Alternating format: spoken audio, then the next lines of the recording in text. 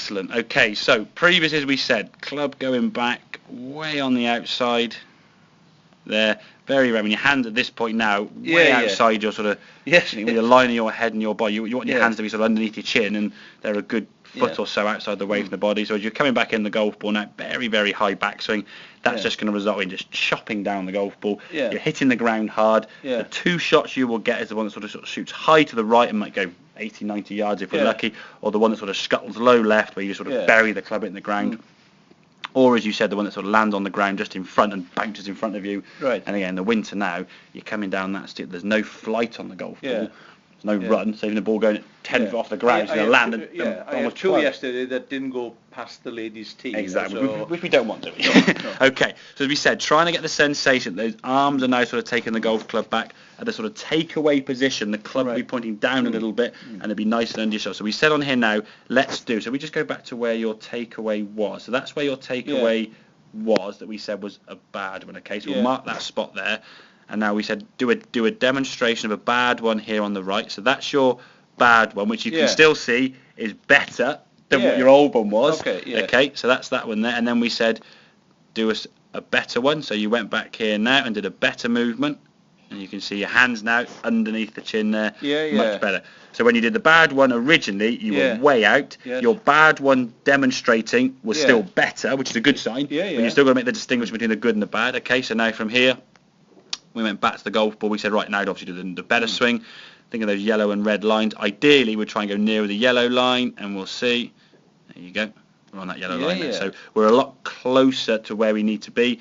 The arms are taking the golf club away now. There's no sort of hinge of the wrist. Is the club pointing at the golf ball for longer? I would say there it is. It then starts getting a little bit steep here. At that point, what we would look to see is the club more towards the camera, rather than sort of being out there. But compared to where you were, I mean, that is just...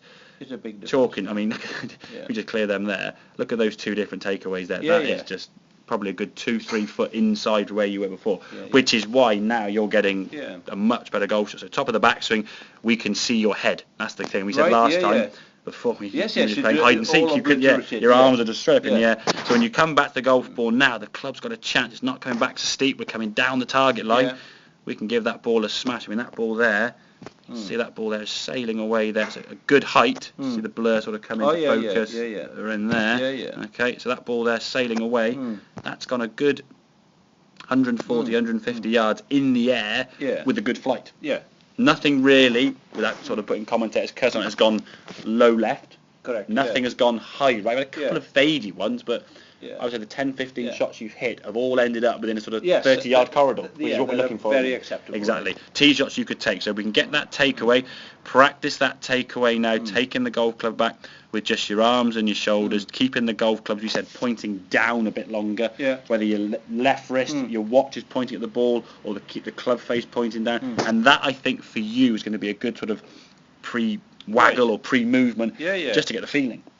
So when you're on the range warming up, or on the first tee warming up, just do a few swings there, so you stand with it and just think, okay, just feel the arms almost coming into your body a little bit, so the palm of your right hand is going down, your left wrist is pointing with the watch down, just keeping that golf club in a square position, not over-rotating. And sort of looking at, facing the golf ball.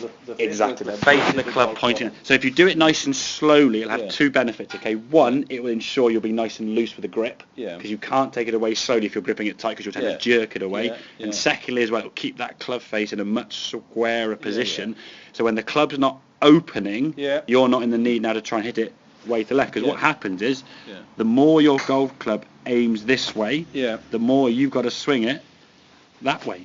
Otherwise, if you come down the correct path, it's just going to go over there somewhere, which you're not going to allow yourself to do. You'll make so if the club now points that way more, well, okay, we can now swing it more that way. That's the ball now going higher and straighter, rather than sort of bend you again on the ball. And more energy. Exactly. It's a much more powerful shot. Energy, Exactly. It's not wasted, because if you're coming across the golf ball this way, you might have 200 mile an hour club base, a glancing blow, isn't it? The ball's going to go 100 yards. If you come down the golf ball more direction, the ball's going to go a lot further, a lot straighter, a lot higher. Make sense? Does the same theory work with every club? Ever use a 3-wood? We're going to try a few 3-woods? Get a few 3-woods done, okay? But it'll be the same with every club. That takeaway will be the same with every club, right the way down the bag, from your driver there, bend down to your pitching wedge even, and small little chip shots, okay?